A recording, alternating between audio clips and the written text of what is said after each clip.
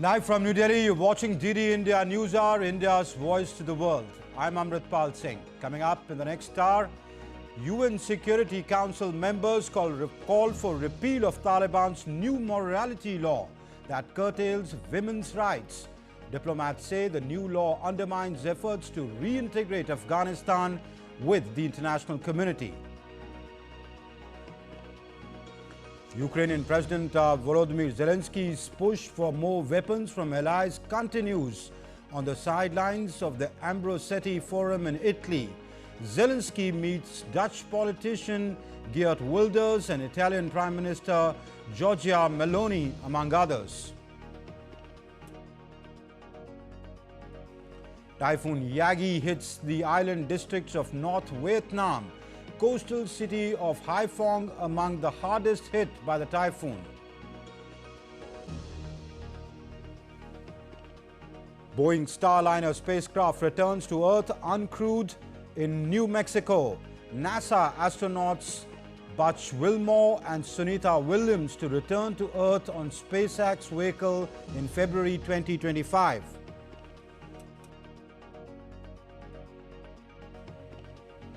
Ten-day-long festival of Ganesh Chaturthi begins. Devotees bring idols of Ganpati Bappa home and kick-start the festivities with pomp.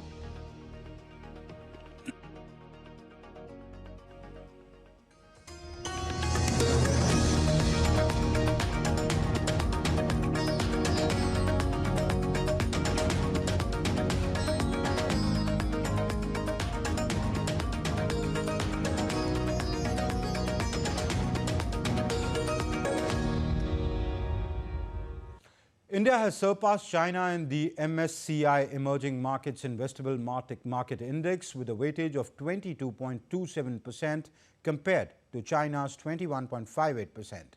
The shift reflects India's strong economic performance and increasing foreign investments.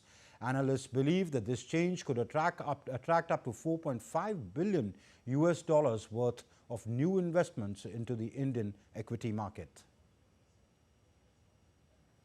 In recent times, India has demonstrated a significantly stronger performance in the equity market. Marking a significant milestone, Morgan Stanley announced that India has now surpassed China in the MSCI Emerging Market Investable Market Index, where India's weightage was 22.27% as compared to 21.58% of China. India's strong economic fundamentals and increasing performance at the global indices contribute to its appeal for investors with a long-term perspective. We are growing faster than China now.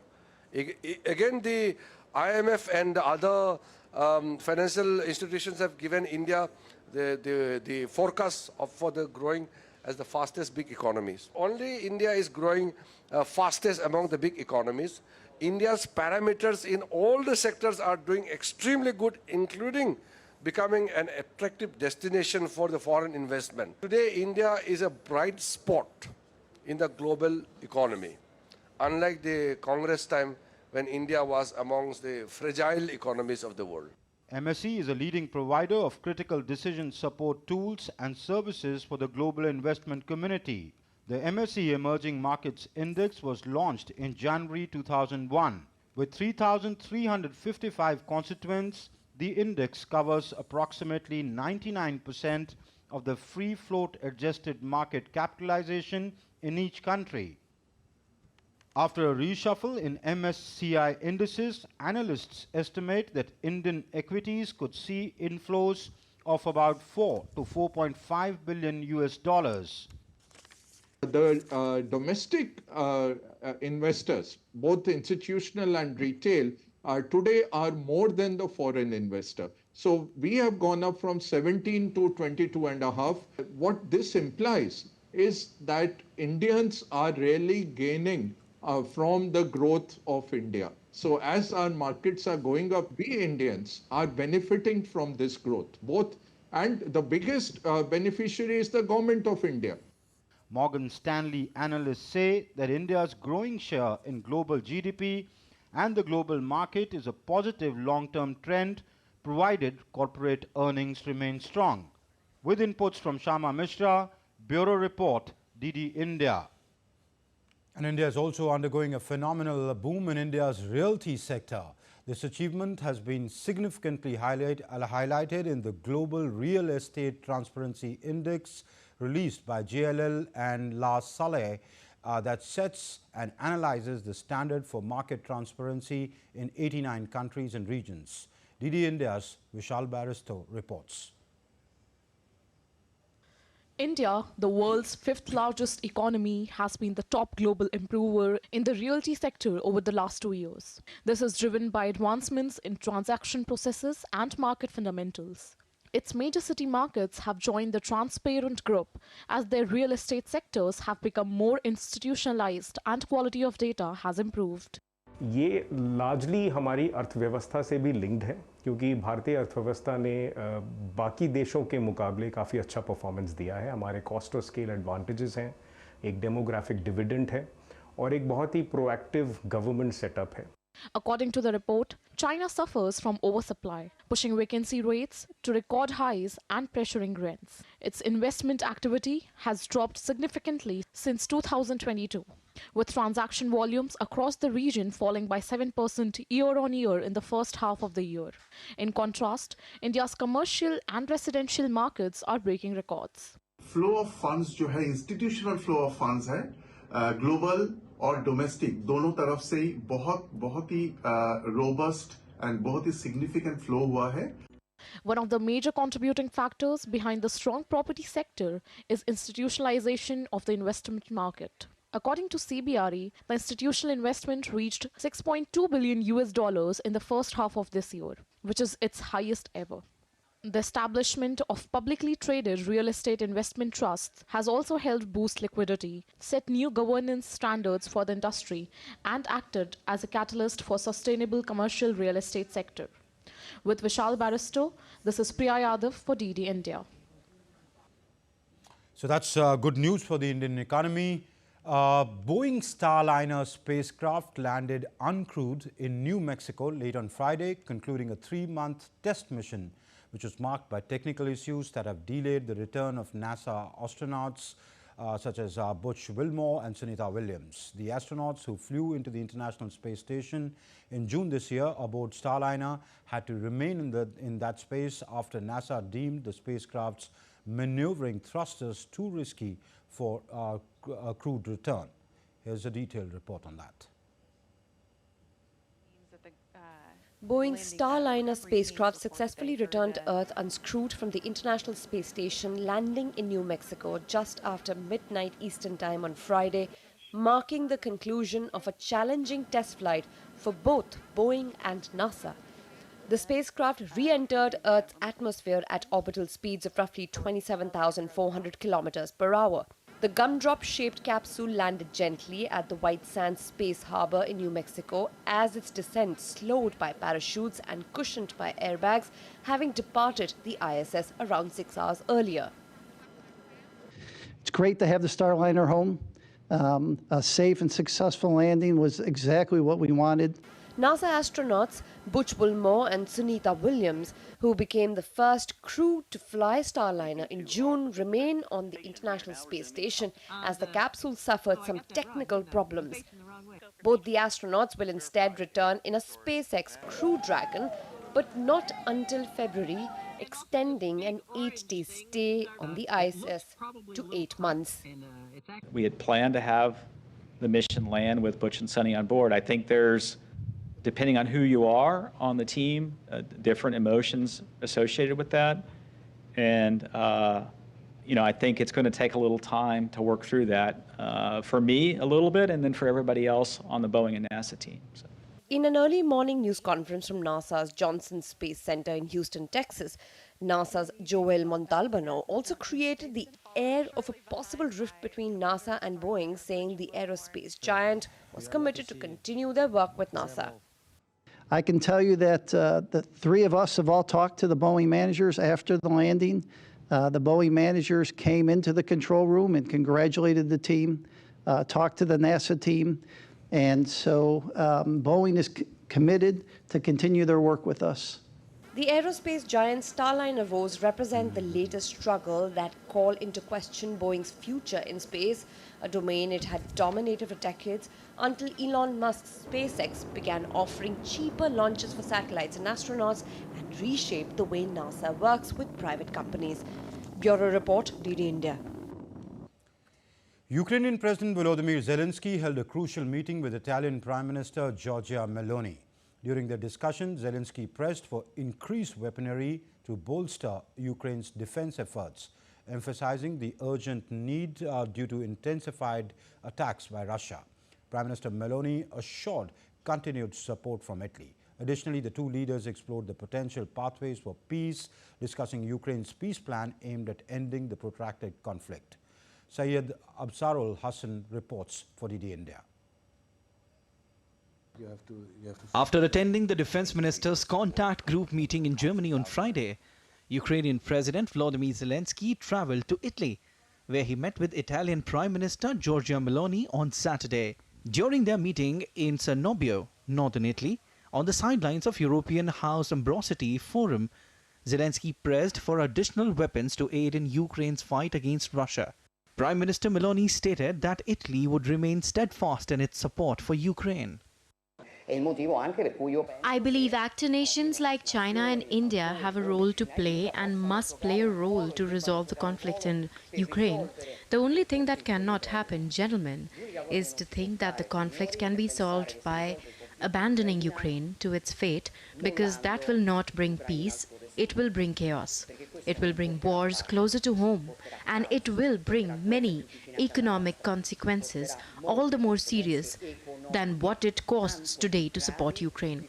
The choice of supporting Ukraine has been first and foremost a choice of national interest, and it's a choice that won't change.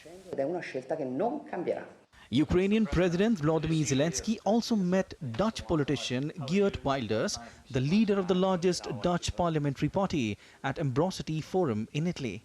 The statement added that the two men discussed Ukraine's peace plan for ending the 13-month war with Russia. On the battlefield, Ukraine reported an overnight drone attack by Russia on its capital Kyiv on Saturday. The Ukrainian Air Force intercepted 58 out of 67 long-range Shahid drones during the attack.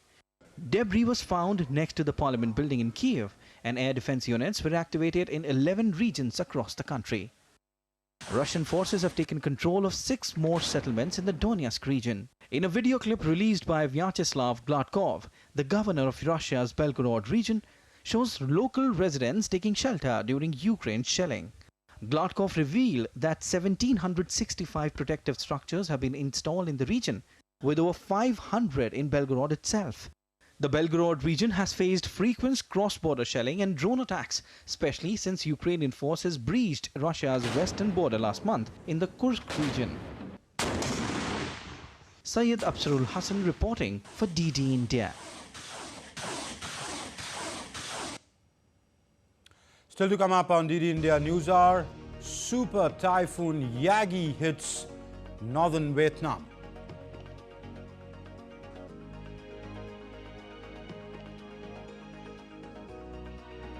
UN Security Council ambassadors condemn Taliban's new morality law, calls for repeal of the law.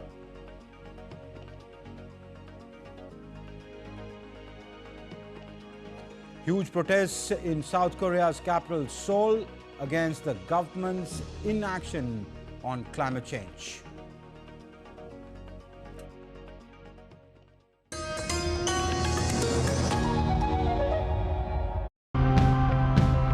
New challenges need new strategies, and technology is already impacting the way we live and we farm.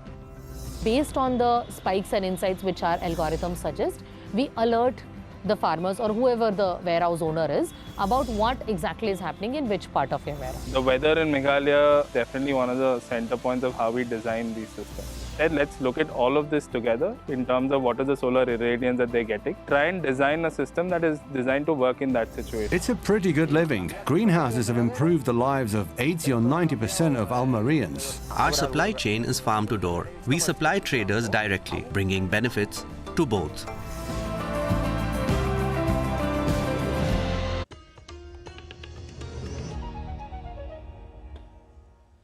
You're watching DD India Newshour. I'm Amritpal Singh.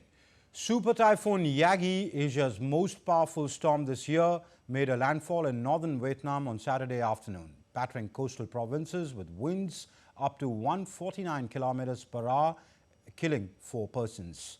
The storm, which had already claimed 2 lives and injured dozens in China's Hainan, brought significant disruptions to Vietnam, including airport closures and fatal tree fall in Hanoi. Quang Ninh tourist attraction and Haiphong's industrial operations also face severe interruptions. Super Typhoon Yagi, Asia's most powerful storm this year, hit northern Vietnam on Saturday afternoon after tearing through China's island of Hainan. Typhoon Yagi struck northern Vietnam, hitting the coastal province of Quang Ninh and Haiphong with winds reaching 149 kilometers per hour. The storm prompted airport closures and evacuations. In Hanoi, strong winds led to a fatal free fall. Quang Ninh, known for Lang Wong Bay, saw cruise cancellations, while Haiphong, an industrial hub, faced disruptions. In my entire life, I have not seen typhoon with this brutal wind. Very strong winds have knocked down many trees on the street. I have to temporarily be under the shelter under the bridge. I have never seen such a storm like this. Really terrible. It is unable to drive in the strong winds. Yagi first struck Wenchi city in Hainan, then Xuans County in Guangdong, and now made a third landfall in Guangxi. Classes, productions and transports have been suspended, with over 500,000 residents were evacuated in Guangdong and more than 400,000 in Hainan. Ravinder's report for DD India. A majority of the UN Security Council members strongly condemned the Taliban's new morality law, calling for the international community to use its influence to push for an immediate reversal of policies that target women in Afghanistan. The statement by 12 of the Council's 15 member states and they condemn in the strongest terms the Taliban's continued systemic gender discrimination and oppression of women and girls in Afghanistan. Speaking to media at the UN headquarters, Japan's UN envoy noted that the 15-nation Security Council has repeatedly discussed the worsening human rights situation in Afghanistan since the Taliban took over in August 2021 and have raised united voice on multiple occasions.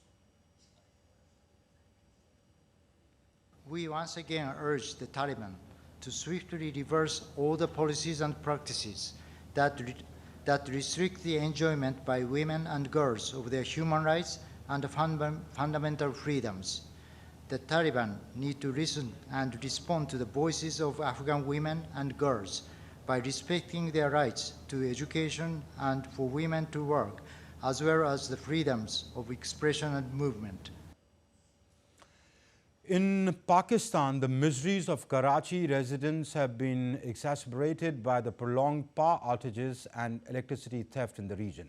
Extended power outages and electricity theft in nearby areas has worsened the hardships faced by residents of especially North Karachi. Many are complaining that they have to face around 12 hours of power cuts.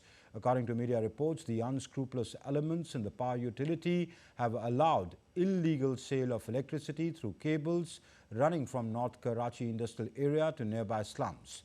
There is no load shedding in the industrial zone. Over 30,000 protesters gathered in South Korea's capital in broiling heat on Saturday, demanding more aggressive action by the government to combat global warming. With temperatures increasing 30 degrees Celsius, protesters, young and old, marched in the country's biggest demonstration so far this year, snarling tough traffic in central Seoul, which was under a heat advisory. Organized by the 907 Climate Justice March Group Committee, the protest followed a ruling last month by South Korea's top court that the nation's climate change law fails to protect basic human rights and lacks targets to shield future generations. The climate crisis is not a problem unique to a single country or individual. We need systemic change, and we are running out of time as the climate continues to change. Despite international efforts to normalize relations, tensions continue between Serbia and Kosovo. Kosovo took a decisive action on Saturday by closing 2 of its border crossings with Serbia. The move came after protests on Serbian soil saw demonstrators partially block roads and turning back travelers holding Kosovo documents. This protest was in response to rising tensions in Kosovo's volatile north. Kosovo and Serbia share 6 border crossings. In recent months, Kosovo has closed Serbia's state-run mail service and stopped the use of Serbia's currency, the dinar, in that region. Addressing a global town hall session 2024 organized by Foreign Policy Committee of Indonesia on anticipating greater geopolitical turbulence ahead and finding ways to calm the storm, India's External Affairs Minister S. Jaishankar said on Saturday that even as the world looks complicated, India's desire and determination to ensure its stability and contribute to global prosperity remains stronger than ever. Over the last few decades, we have witnessed the unfolding of globalization that has driven a rebalancing in the world order, that has matured to a point where there is talk of a genuine multipolarity emerging in the near future. Now, this is a far cry from anything that the world has experienced since 1945. It is not just that there will be more players of consequence, it is also that the relative weight has undergone a big shift. Even as the world looks complicated, India's desire and determination to ensure its stability and contribute to its prosperity is only stronger. I hope the thoughts I have placed before you are helpful in your deliberations. I thank you for your attention. And Dr. Jaishankar will embark on a week-long 3-nation visit of Saudi Arabia, Germany and Switzerland on Sunday. Dr. Jaishankar will attend the first India-Gulf Cooperation Council Foreign Ministers meeting in Riyadh in Saudi Arabia from September 8th to 9th. During the visit, Dr. Jaishankar is expected to hold bilateral meetings with foreign ministers from member countries of the Gulf Cooperation Council. In the second leg of his tour, Dr. Jaishankar will travel to Berlin for a 2-day visit to Germany from September 10th to 11th. This will be his 3rd bilateral visit to Germany. Thereafter, the External Affairs Minister will travel to Geneva for an official visit to Switzerland from the 12th to the 13th of September. During this visit, he will meet with heads and representatives of international organizations with which India is actively engaged. India's Semiconductor Mission is gaining momentum with more investments pouring into its indigenous industry for the development and design of fabs, ATMP, among others. S. Krishnan, the Secretary in the Ministry of Electronics and IT, said that India is on a path to build resilient supply chains and establishment of semiconductor plants will further boost the industry in future. Listen in. Out of the overall outlay of 75,000 crores that the India Semiconductor Mission had, in 23-24 and this year, we have committed about 62,000 crores for 5 major units. Micron was the first unit, as you're aware, in Sanand, Gujarat. The Tata Electronics are setting up 2 units, one which is a fab in Gujarat, Dholera, and another which is a ATMP plant at Morigaon in Assam. And CG Power is also setting up an OSAT plant in Sanand in Gujarat. And the last one, which was approved last week by the Union Cabinet, is by Keynes Electronics and Keynes Technologies, which is to come up again in Gujarat. So all of these units totally, as I said, we have committed about 62,000 crore. But there is still a long way to go in terms of increasing the total number of units which have to be established in the country. We will need what are called CMOS fabs, that is based on silicon. We will need a few more of those. Then we will need power semiconductor a few more of those. So some more investments will need to be brought into the country in order to make it an established power in the semiconductor space, which is where I believe India should be in the coming decade. This year, the Semicon, which is being held in Noida next week on the September 11th, 12th and 13th, is the first time that we are organizing an event of this nature in association with SEMI, which is the International Association of Semiconductor Industries. So it is a unique body which is an international association, and they conduct Semicons. They have an event called Semi West, which is done on the west coast of the United States. They have an event, Semi Japan, which is done in Japan, in Taiwan, in Southeast Asia, in Kuala Lumpur, and so on. For the first time, we are holding this event here in India in association with SEMI. And what is quite remarkable and what SEMI tells us is, compared to when SEMI was first held at any other location, for the first event, the Indian event is going to be 4 times bigger, with 4 times more participation, 4 times more exhibitors than any event where it was held for the first time. So in that sense, it is very unique. There is a lot of interest amongst people who belong to the semiconductor ecosystem to participate in the event, to actually take exhibition stalls. It also helps that there is a summit meeting planned and a roundtable meeting planned where both the Prime Minister and the Union Minister for Electronics and Information Technology would be participating. They would have access to the highest levels in government. So for all of these reasons, we find that there's a lot of excitement and desire to participate in the Semicon event, which is being held in India this year. The Crown Prince of Abu Dhabi, Sheikh Khalid bin Mohammed bin Zayed Al Nahyan, will pay an official visit to India starting tomorrow. It will be a 2-day visit. This would be the first visit of Mohammed bin Zayed Al Nahyan to India as the Crown Prince of Abu Dhabi. He'll be accompanied by several ministers from UAE government and a business delegation. On 9th of September, the Crown Prince will meet Prime Minister Modi and hold discussions on a wide range of areas of bilateral cooperation. He's also scheduled to call on President of India.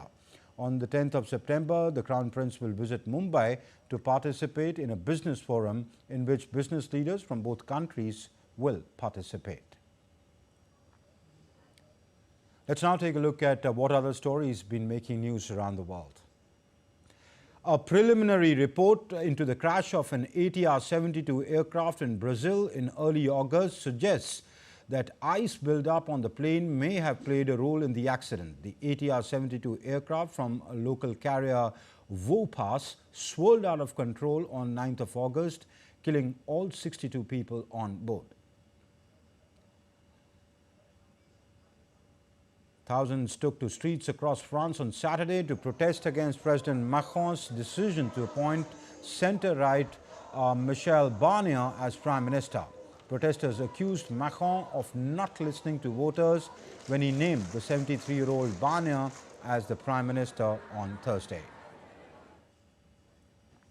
Polls have opened for Algerians to vote on Saturday in a presidential election where Algeria's military-backed president is all but certain to win 5 more years. President Abdul Majid Tebboune faces no serious rivals after using higher gas revenues to splurge on social benefits.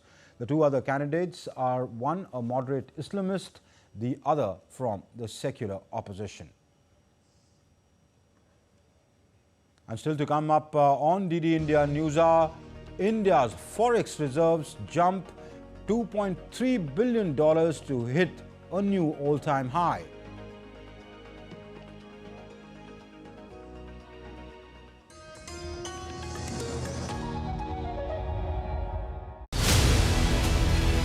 How it stands at the forefront of this energy transition, offering a clean, versatile solution to decarbonize sectors that have long relied on fossil fuels. Green hydrogen is actually produced when you use renewable energy to power the electrolyzer, which splits water into hydrogen and oxygen. Green hydrogen has a very, very critical role to play because it allows us to start getting into solutions that work for a lot of the other energy consuming sectors. India has some of the brightest people in the world and the visibility that the government has given in terms of national mission and side programs. So I think others will find the same reasons to invest and grow deeper in building their products.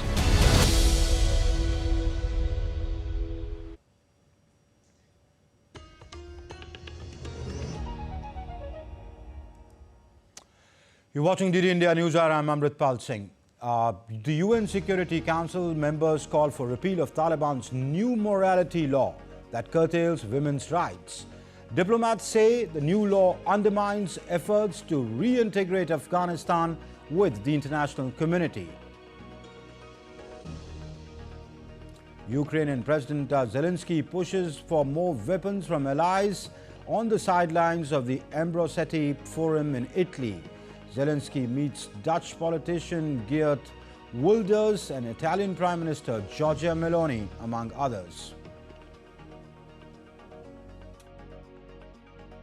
Typhoon Yagi hits the island districts of North Vietnam, coastal city of Haiphong among the hardest hit by the typhoon.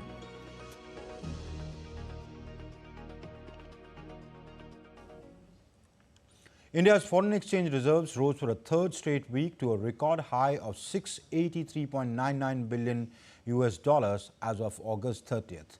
The data from the RBI or the Reserve Bank of India showed this on Friday. The reserves rose by $2.3 billion in the reporting week ending 30th August after having risen by a total of $11.6 billion in the prior 2 weeks.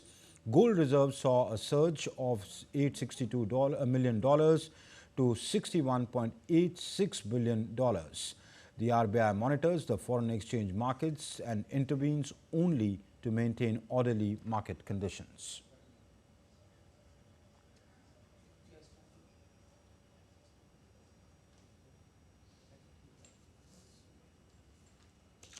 And to discuss India's rise in the MSCI emerging markets indices, I'm joined by Professor Manoj Pant, economist and former VC of IIFT.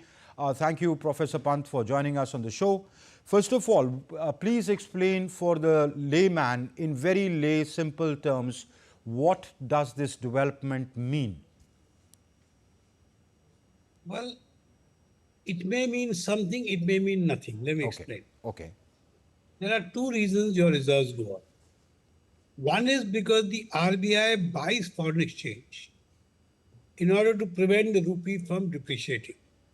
Right? So they buy dollars and they sell dollars and they buy rupees to prevent the rupee from depreciating. So that's one reason why reserves change, because the RBI is intervening to protect the currency. The other reason why it comes, which is showing up in the gold reserves, is because there has been an inflow due to the foreign private investors, mainly in the stock market. Now, I'm not too certain, because I don't have further information, whether how much of this change in reserves is a combination of intervention by the RBI. We don't know. RBI does not tell you when it's intervening. Otherwise, the whole idea of secrecy is gone. And how much of it is due to inflow of FPI? I suspect it is probably due to the RBI intervening to maintain the rupee, because they meet some pressure on the rupee. Because at the moment, foreign private institutional investors are not really coming into India. Okay. So suspect this particular increase is because of government of the RBI intervention to maintain the rupee, which is a standard thing. Okay. Okay. All right. You asked, I actually meant to ask about the development on, India's becoming top weight in the MSCI EMI index, surpassing China for the first time. So what does that... I don't think that's a different issue. Yeah. That's about the market, and that will reflect a little later when foreign institutional investors start investing. That hasn't happened. And the MSCI index is an indicator at a point of time. The effect will come after a couple of weeks, not immediately. Okay. So this is not a reflection of the fact that suddenly India has become a very powerful economy, which it has. But this is not a reflection of that. Okay, but what is the advice then you have for the small investors? How should this? What advice would you have for the small investors? Should they be upbeat about this development? Is it good news or is it bad news for Indian equities? No. It's neither good news nor bad news. Never look at foreign exchange reserves data. Professor, I'm not asking about the foreign reserve data. My question is on India becoming on the MSCI EMI index. No, there I would be very positive for all investors because two reasons. One, the Chinese stocks are going down, and therefore international portfolio investors are going to be investing all over the world, and therefore India is very underweighted. So there will be a shift towards India to maintain the average weightage of international portfolios. That's one reason. And secondly, there is no doubt that within the coming weeks, months, certainly if not weeks, the Federal Reserve of the US is going to reduce the interest rate. That will also induce some private portfolio investors to get into India. So for the market, I would say very upbeat. Okay. So would you advise, say, the small investor to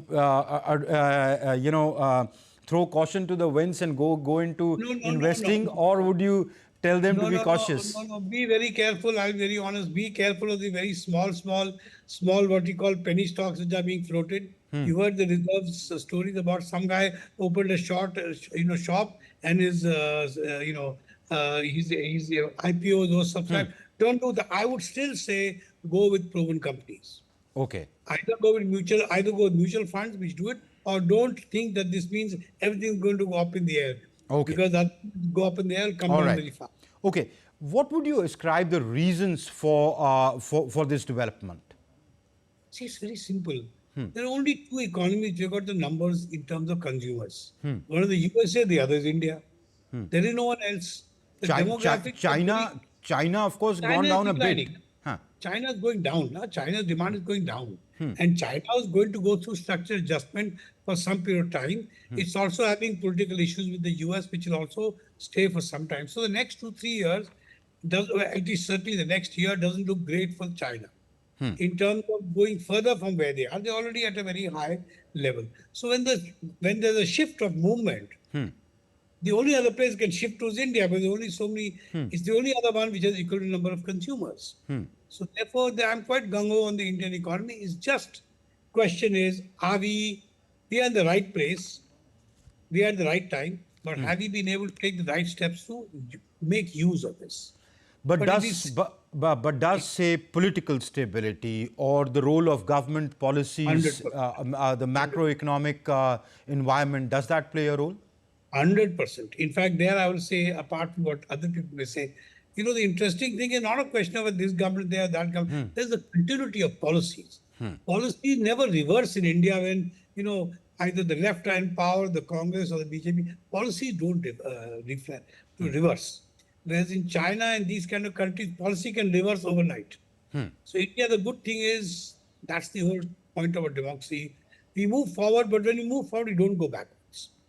Okay. So it's the hope as far as the world is concerned, as a consuming place. Okay. Sir, the Morgan Stanley report also says they are cautioning that a correction in the Indian stock market may be on the horizon, driven by investor concerns and market dynamics. How should we view that caution? I think we should ignore that caution. Morgan Stanley is not, as people may think, not always right. In fact, as I know, Morgan Stanley is trying to go overweight on the Indian stocks. So that's not true. See, there are two things which drive an economy. One is the multinationals who are coming here to do business. Right. That's a slow process, and that will depend on how will they think we are positioning ourselves to replace China in the China plus one story. Then there's the stock market, which is a function of international portfolio diversification. That may have nothing to do with the growth of the Indian economy, merely because India is a good place to be, and the Indian stocks are underweighted compared to China. And so there's a shift from China to weightage of more Indian stocks. So some portfolio investors will reroute their investment into India. So there are two different things. Okay. And, this change is also driven by the inclusion of small cap stocks in the MSCI, EMI, IMI, where India understandably holds a stronger position, isn't it? No, the small IPOs are the ones which worry me most. Okay. Because the Indian stock market is suddenly becoming mature. More and more of fairly average middle class investors are now going to stock market. Housewives, the SEBI has done a great job of spreading the message of the stock market. Everyone gets stock market, but there's a very unfortunate feeling in stock market in investors. If it's a 10 rupee stock, it's not very expensive. Therefore, let's buy it. But they forget that 10 rupee can become 1 rupee very quickly. So don't go by the price of the stock. Go by the company and be certain that the company looks reasonably secure. Otherwise, you're okay. Okay. But never go by the small stocks. Okay. So does this development indicate that foreign investors might want to come in very quickly into the Indian equity market? I think so. I think minute the Fed announces rate cut, very soon you'll see much more portfolio investment. Not because India has suddenly become important, but because it has not got enough weightage yet in the stocks. Okay. You have to weight stocks so much the weightage of China is still 22%. Still up well, but it is not going up. So new investors look for something new and therefore they increase the weightage of India and stocks would come. FPI flows come to India. Okay. We leave it there, Professor Manoj Pant. Thank you very much for joining us on the show and lending us your insights. Thank you. And after releasing the Bharatiya Janata Party's election manifesto in Jammu on Friday, Union Home Minister Ahmed Shah addressed a rally in Jammu. He termed the upcoming elections in J&K as historic and cleared that the BJP will fight and win the election with full strength. J&K will be voting for its 90-member assembly in 3 phases. First phase is scheduled for 18th September, the second will be held on 25th of September, and the last and the third phase on the 1st of October. Counting of votes will take place on the 8th of October.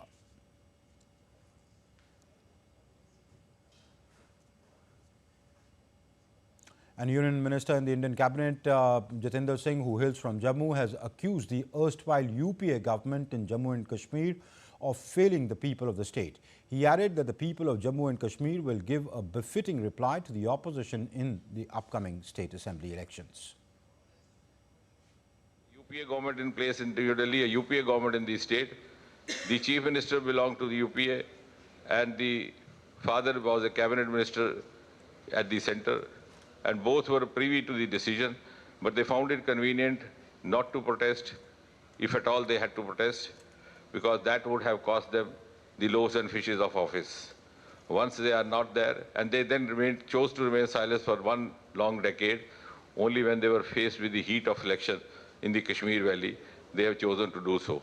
And we are here, the nationalist people of Jammu, where we are sitting right now, they are ready to get the record stayed by giving a befitting response at the ballot paper. As part of his annual program related to Teachers' Day celebrations, India's Prime Minister Narendra Modi interacted with teachers from across the country at his official residence in Delhi. During the interaction, he suggested teachers to explore Vedic mathematics and teaching of Sanskrit during school education.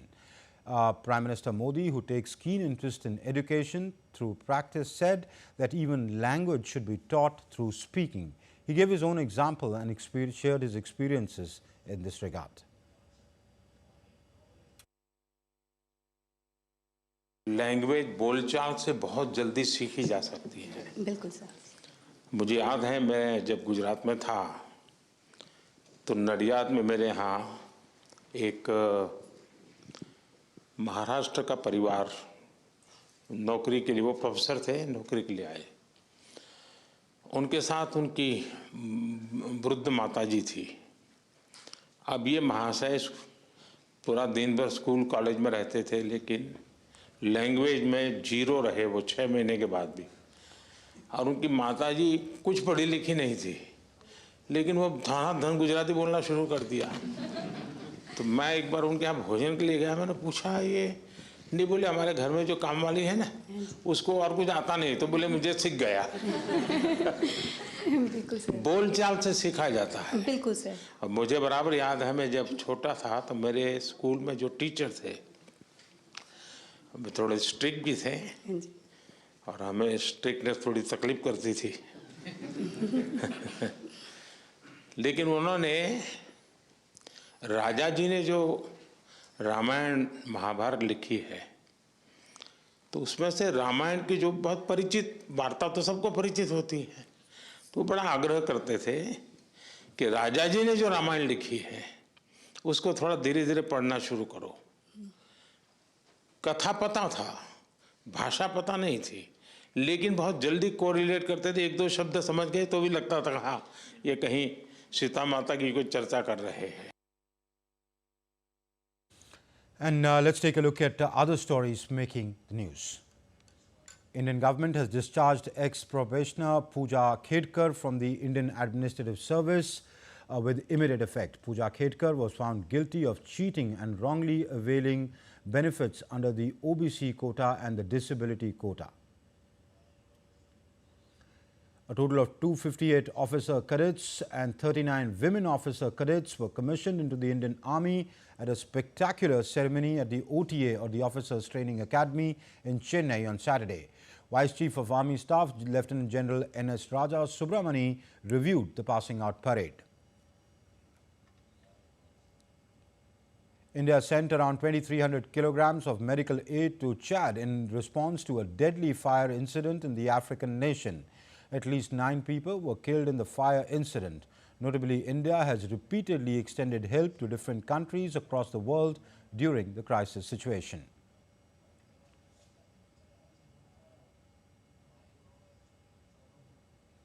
The Chief of Defence Forces of Maldives, Major General Ibrahim Hilmi, called on India's Chief of Defence Staff, General Anil Chauhan, on Saturday.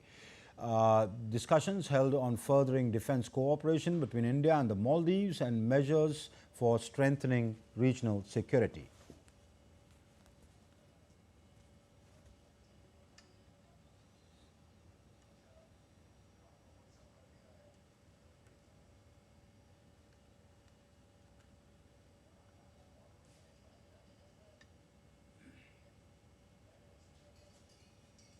The 10-day-long Ganesh Festival began today. The significance of this festival is unique in many ways, especially in the western Indian state of Maharashtra, as it signifies the state's vibrant culture.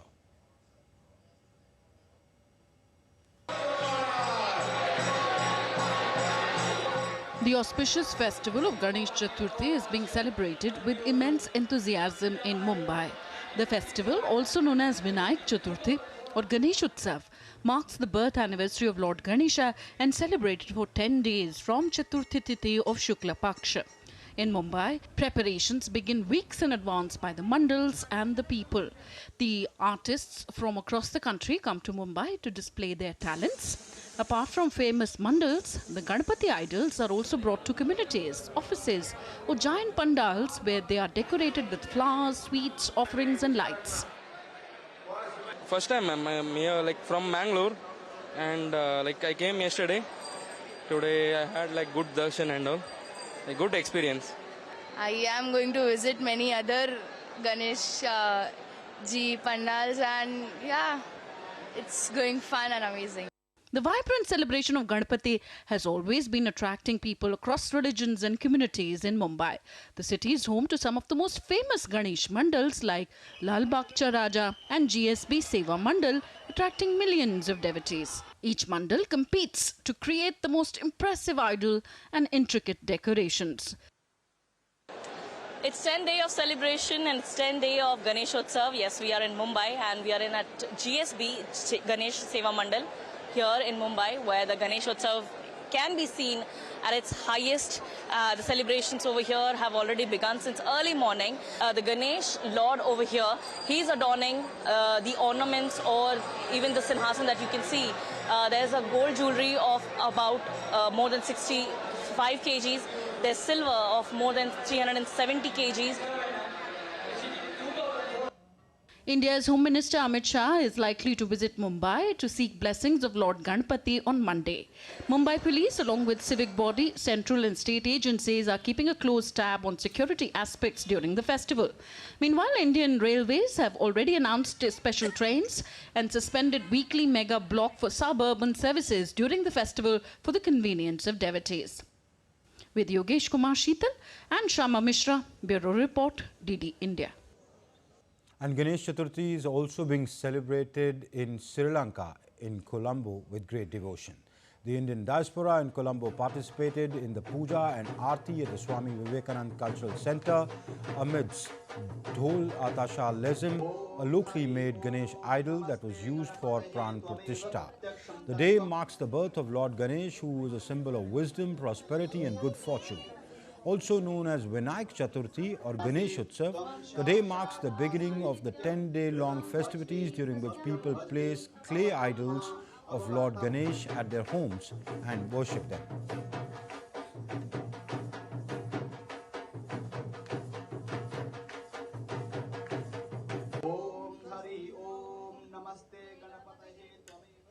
You're watching DD India Newshour. Time now for some sports news. First up, updates from the Paris Paralympics 2024.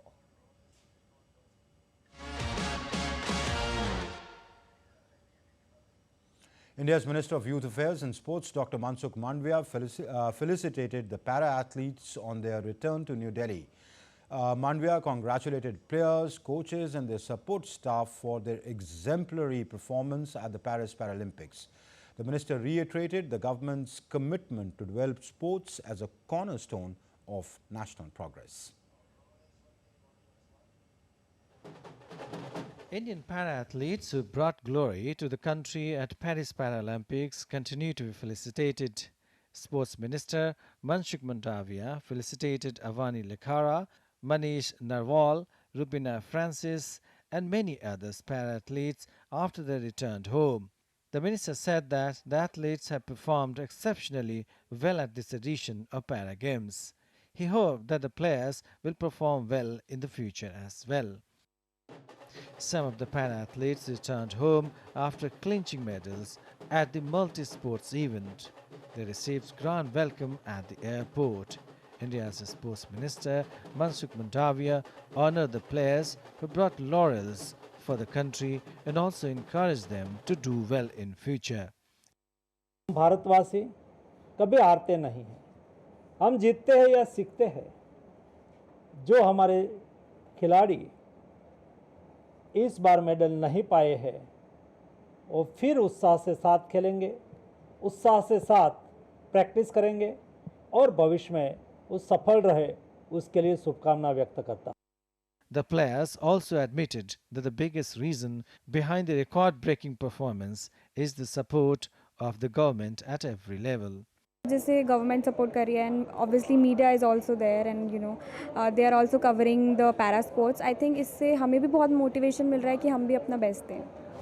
अच्छी अच्छी schemes सरकार ने अब निकाली हैं जिसमें जो नए नए खिलाड़ी हैं उन्हें भी सपोर्ट मिलता है, उन्हें भी वो जो उन्हें स्टार्टिंग के लिए हेल्प चाहिए होती है वो हाथ बढ़ाने का मौका वो देती हैं सरकार। तो उससे मुझे लगता है कि खिलाड़ियों का जो कॉन्फिडेंस है वो अप होता है। Indian para-athletes have a scripted history at this edition of Para Games due to their courage and determination. Their achievements will not only inspire sports persons but also common people. Gaurav Kumar's report for DD India. And the Paralympic athletes received a grand welcome at Delhi's airport on their return home. They had put up a record-breaking show at the Paris Paralympics. Almost half of the Indian contingent that includes Avani Lekhara, Mona Agarwal, Pranav Surma, Rakesh Kumar and Manish Narwal have touched down in Delhi. Fans and family members greeted them with garlands and drum beats.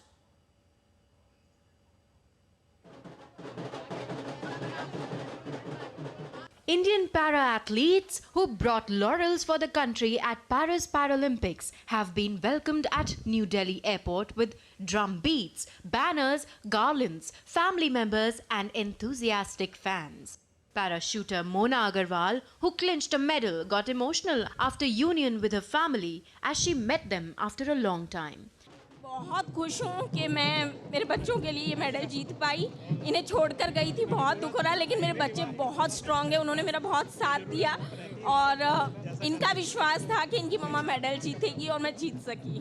मेरे परिवार का समर्थन मेरे पास वहाँ पे भी था, उनकी ब्लेसिंग्स थी जिसकी वजह से मैं मेडल जीत पाई और वो लोग सब मुझे वेलकम करने के लिए यहाँ आए, उसके लिए मैं बहुत ज़्यादा खुश हूँ, बहुत ज़्यादा। ये मेरे लिए एक सरप्राइज था। Para archers Rakesh Kumar and Sunita are thrilled with India's performance at Paris Paralympics. They said that due to the Indian government's support, the medal tally will be highest at this edition of the Para Games. जी मैं अपने देश के 140 करोड़ लोगों का धन्यवाद करूंगा जिन्होंने हमें सपोर्ट किया और हम यहां तक पहुंचे। सरकार की सपोर्ट हमें मिल रही है, sports authority of India association की सपोर्ट मिल रही है और हमारे देश में खेल का स्तर बढ़ रहा है। आगे आने वाले आपको पैरालंपिक में देखेंगे आप और ज़्यादा मेडल आएंगे। सभी ने बहुत अच्छा परफॉर्मेंस दिया और बहुत सारे मेडल आए अब की बार और आगे भी अच्छा करेंगे। मैं बहुत अच्छा लगा, सबका मतलब सबका स्वागत करते हुए सब मेडल का वो कर रहे हैं, बहुत अच्छा लगा। मैं When India sent its largest ever contingent of 84 members to the Paris Paralympics, it was expected that these players would create history at the Para Games. The Indian Paralympians have done just that. This edition of Para Games has proved to be a milestone for India. In these games, India has given its best performance ever. One hopes success of Paralympians will continue and they would bring more honor for the country in future events. Suchitra Bharadwaj's report for DD India, Delhi. An Indian shooter, Rajeshwari Kumari, who appeared on the maiden Olympics at Paris, said that India's fourth place finishes reflect its rise in Olympics. The Asian Games medalist also spoke about the government's phenomenal support to all athletes in an exclusive conversation with DD India's Narendra Singh. Shooters are doing exceptionally well, whether it is Olympics, Paralympics, and they are winning medal in all the mega events.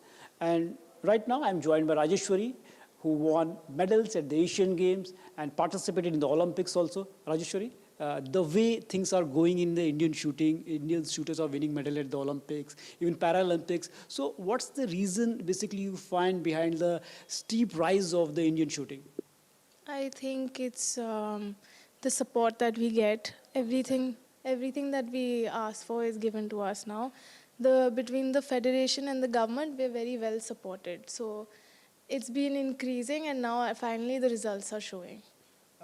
Right now, the Paralympics in Paris is underway and Indian shooters has already won medals there. A gold is there, a silver is there. So what's your message to them as the tournament is still there, still underway?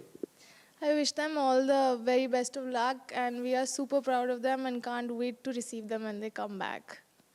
If we talk about right now the Indian sports arena, the way our athletes are performing in the Olympics, we saw there were 6th, 4th place finished and we won 6 medals there. And we have athletes who are defending their medals, shooters who are winning 2 medals in the single edition. So where do you think, what do you think that regarding the Indian sports right now, in the coming events, definitely we can set new benchmark? Definitely. I think that we are just getting closer and closer and eventually all of these 4th places and like the ones that have missed the final will be finalists, 4th places will be just medals very, very soon. So the way Rajeshwari said that Indian sports, not only shooting, but sports is also doing very well. And the way things are going on, the kind of support they are receiving from the government, Sports Authority of India, definitely Indian shooters or Indian athletes will take it to the next level in the coming events also. The stage is all set for the prestigious Men's Asian Champions Trophy, which will begin on the 8th of September at the Moki Hockey Training Base in China. Reigning Olympic bronze medalists, India start as favourites to defend the title, while hosts China, Japan, Pakistan, Korea and Malaysia have arrived with hopes of a grand outing in the marquee tournament. India will begin their campaign with the opening match against hosts China followed by the second match on 9th of September against Japan. And home favourite Jessica Pegula will take on title favourite Aryna Sabalenka in the final of the US Open on Saturday. World number 2 Sabalenka has made the final in New York for second successive year. Meanwhile, Pegula has advanced to her first major final at the age of 30 after stunning top seed Iga Swiatek in the quarterfinals and then mounting an astonishing comeback to beat Karolina Muchova in the semi-finals.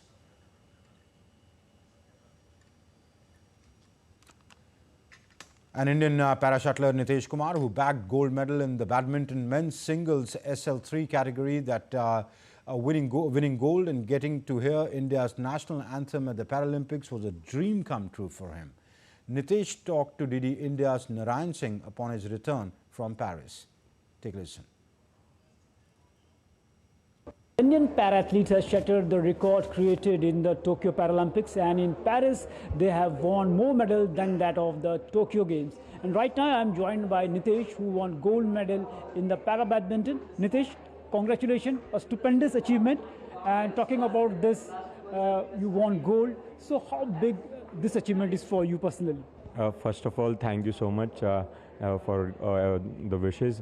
It means a lot to me, and especially because India has successfully retained the title of men's single SL3 champion in para badminton, which was won by Pramod Bhagat Bhaiya in Tokyo Paralympics. So while stepping into he missing out the Paralympics, it was an add-on responsibility for me to go out there and retain the championship title, and being the #1 seed and world #1, I was confident about doing my best and being in the final. And then I took one match at a time, and I'm glad I kept my calm and my composure during a full pressured final. The crowd was amazing. There were supporters of England and Indian people, and I'm so proud of myself that I was able to perform my best at the right time when it was needed, because before the finals I was 0-8 down in head-to-head with Daniel Bethel from England. So this was my first win against him, and it could not have been more special than being the Paralympic final. And so I'm very happy and proud of myself that I could contribute the most important gold medal for para badminton in Paralympics, which we had to retain. So the Paralympians are happy for themselves, their performance. The country is proud of them. That's it in this edition of DD India Newshour, but do let us know your thoughts on the news of the day. For those on the go, you can get all the latest news and updates from India and across the world on DD India's mobile app. The app is available on both Android and iOS platforms. Scan the QR code on your screens right now to download now. We'll be back with more news as it breaks here on DD India. I'm Amritpal Singh here in Delhi. Thanks from my entire team. Thank you for watching DD India News Star.